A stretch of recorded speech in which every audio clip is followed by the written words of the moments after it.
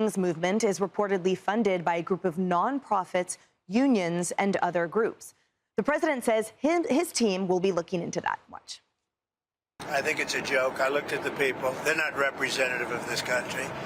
And I looked at all the brand new signs paid for, I guess it was paid for by Soros and other radical left lunatics. It looks like it was. We're checking it out. The demonstrations were very small, very ineffective, and the people were whacked out. When you look at those people, those are not representative of the people of our country.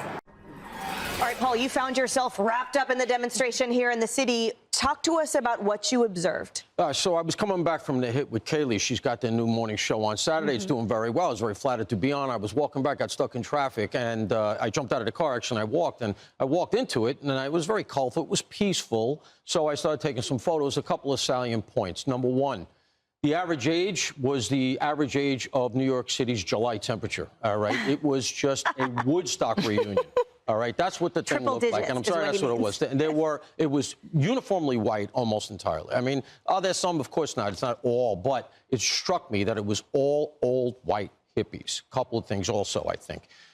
It brought home to me the importance of Charlie Kirk, because the only way the Democrats are going to replace a vanishing demographic, which is what I just discussed, is the young people that Charlie Kirk got to, and who now we understand are not going to be uniformly left, which is what the received wisdom had been in the past, because the left owned the teachers union and all of that. And the last thing I would say is just, while it was peaceful and while it was colorful and they were chanting and all sort of stuff, and the vibe was very sort of hippie peaceful, there were radical groups there everywhere. There was a heavy communist presence, socialism, revolutionaries, and everything was Nazi, Nazi, Nazi. Trump is a Nazi. Trump is the Fuhrer, constantly. And, you know, all I can say is if they don't get over their obsession with Donald Trump and him being a Nazi and him being a king and him being a dictator, they're never going to be able to get to the kind of policy that actually compels. Yeah, I was subjected to a lot of the protests this weekend in D.C. and the neighboring areas, Alexandria, Arlington. I was struck by that same demographic that Paul describes, how elderly they were, how ineffective and nonsensical the signs were, how self-congratulatory all of them were. Kellyanne, what are your thoughts? You'd think this group would be so happy about no tax on Social Security. But apparently they take their online venom and brought it right out into the streets. I saw them, too, in a couple of places. I think they are at once pathetic and menacing. I do think there's a dangerous element to them because some of these signs, for example, we just showed one. I want to repeat it. It said, "Which heals faster, Trump's ear or Erica's heart?" referring to Charlie Kirk's widow. People were applauding the death. There it is, the death of Charlie Kirk, which means that they're okay with political violence. Even Kamala Harris took a beat to say there's no place for political violence in America. Well, there is, and these are her supporters. And I do want to say I felt there's no information, no inspiration. There was nothing new about this. I didn't hear any new charge or complaint or, oh, let's try to impeach him. How retro. Let's try to indict him. Let's try to destroy his family, his business, him. Let's keep him in the big house, never again the White House. They are a bunch of whiners while he's a winner. They are losers. And look, they have a right to protest, but I have to say, I don't think you have a right to threaten the life of a sitting president. And some of them have done exactly that. As pathetic as they are, they love attention. And I do worry there will be copycat killers out there. If you're scrawling it on a bullet and you're scrawling it on a sign, someone in the Democratic Party has to stand up and say, we can't have this. Yeah, and there seems to be a drumbeat. I had the Attorney General running incumbent in Virginia on last hour. And Miaris was telling me, you know, what it was like for his mother who left Cuba and how much this moment looks like that. We talked about an assassination culture. The left seems comfortable with where they are in their messaging, whether they're carrying the flags of assassination culture or not. They're allowing people to do it for them. And I agree with you. I mean, this is an example. Those signs, that's one thing. Who's paying for it? That's another. Alexander Soros is a lot farther to the left, we know, than his dad, George, ever could be. He's got the purse strings now. And I look at you, Cheryl, and what he does with that money really matters. So those RICO charges, I'm looking to see, you know, is there complicity with that cash? Well, I didn't bring my forensic accounting hat today to the program, but I will tell you this. 200 organizations have were the organizers behind this, right? But you know some of these names. Indivisible's the main one. ACLU, Move On, it goes on and on. Open Society Foundation, that is Soros. Did they funnel money to any of these 200 organizations? That takes the accounting, and that's the time I did not have today. I will tell you this, though. You've got to get permits. You've got to get police out there. You've got to get the signs. You've got to get the messaging out. To have millions of people out there, that is not a cheap endeavor. And I will also say that there is a company called Crowds on Demand that has a CEO, and you can pay them to go out and protest for you. You know, up to $500 a day you can make as a paid protester. This is the reality that we're in. So the question mark is, where did the money come from? Christy Walton, by the way, the Walmart heir, she's one of them. She's put in a few million. So, you know, I can actually speak to Indivisible. That's funded by Soros for this. They did the tech backbone for this entire thing. Ryan Morrow, no relation, did a big report on it. It's been referred to DOJ. That's the RICO you're talking about. Right. I have it up on the opsdesk.org. That's my blog. This is going to be a case. Could be a civil case, could be a criminal, but it's going to be a RICO. Trump administration wants this. Nice. Next guest went to check out the D.C. area rally. Here were her observations. She said, "It's true, I did not see a king. The crowd was not that big, and street parking was not hard to find. Majority of people are white. There are too many older people, 60s radicals, I guess, and there were so many costumes it seemed like a Halloween party." But she also happens to be a survivor of Mao's revolution. It's Xi Jianfleet who joins us now. Xi, thank you for being with us here today. Tell us a little more about your experience and what you saw out there at the No Kings rally.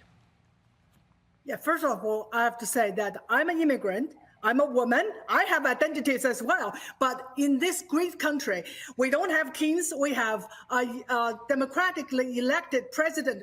And Donald Trump, that's what they are against. And so this is my first time to go to see a lefty rally. And I was really surprised. And first of all, it's quiet. The traffic was light. And there's parking available on the Constitution Avenue and along the malls. And I did not see the crowd until I walked towards the center of the gathering, which is outside the National Gallery of Art. And what I saw is a crowd that is basically white and basically middle-aged and older, and many women. So it's a whiter, older, and women-dominant crowd. And that is basically today's Democratic base. And in Chinese word, they are the baizuo. I think this word has already get into the American vocabulary. It's the Chinese word for a white leftist, and that's what they are. Oh, you learn something new every day. I've never heard that word. Xi, I would imagine, having survived Mao's revolution, you saw some counter-protest, you saw some resistance to a true authoritarian. And I'm curious, having seen that and how it was responded to in the streets by the government, how would you compare that to what you saw in Washington, D.C.?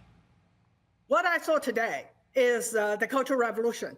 Those are the old Red Guards going there because they are backed by power, and in this case, by the Democratic country, Democratic Party. And this is an example that this is still a free country. If this is a tyranny, they should expect to see tanks. And that's in 1989 that the CCP violently suppressed the student demonstration with tanks. Right.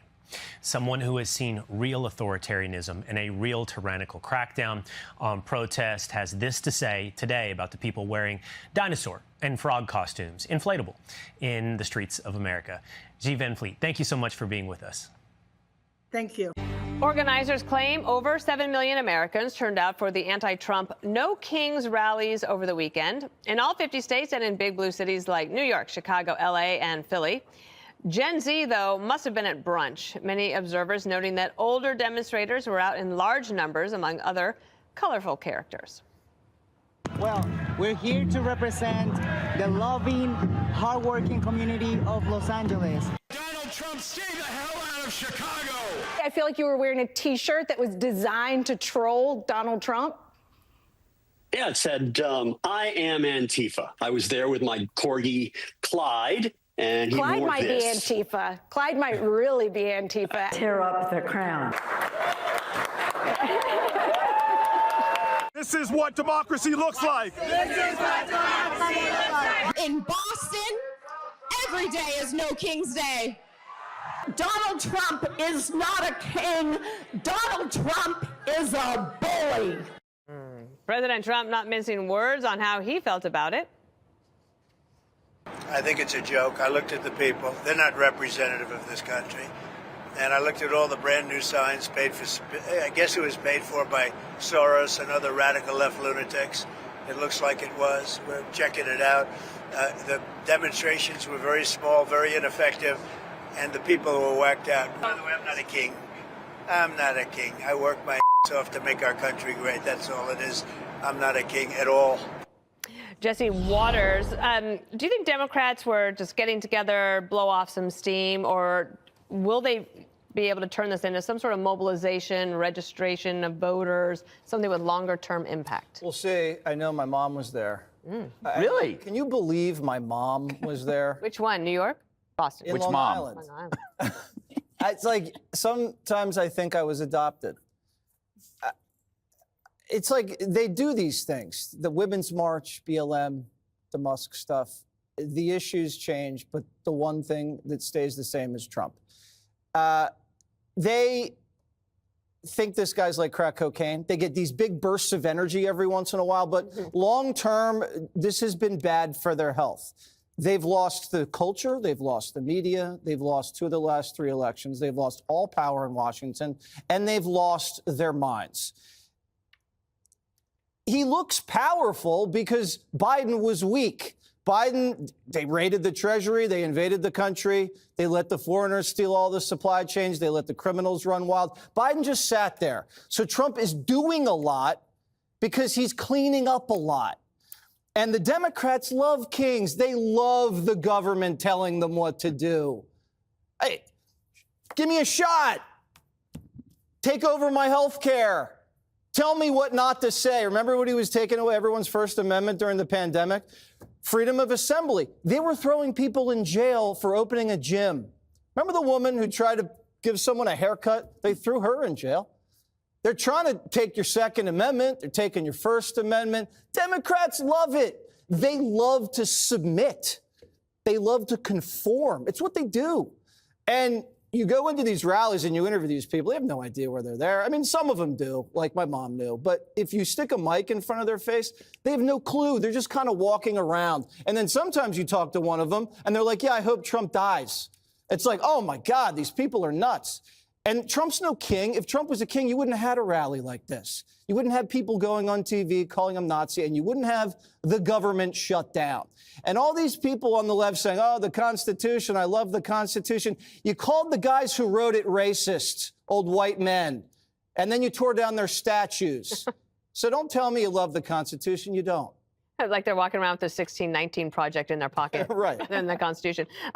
Jessica, what did you make of it, though?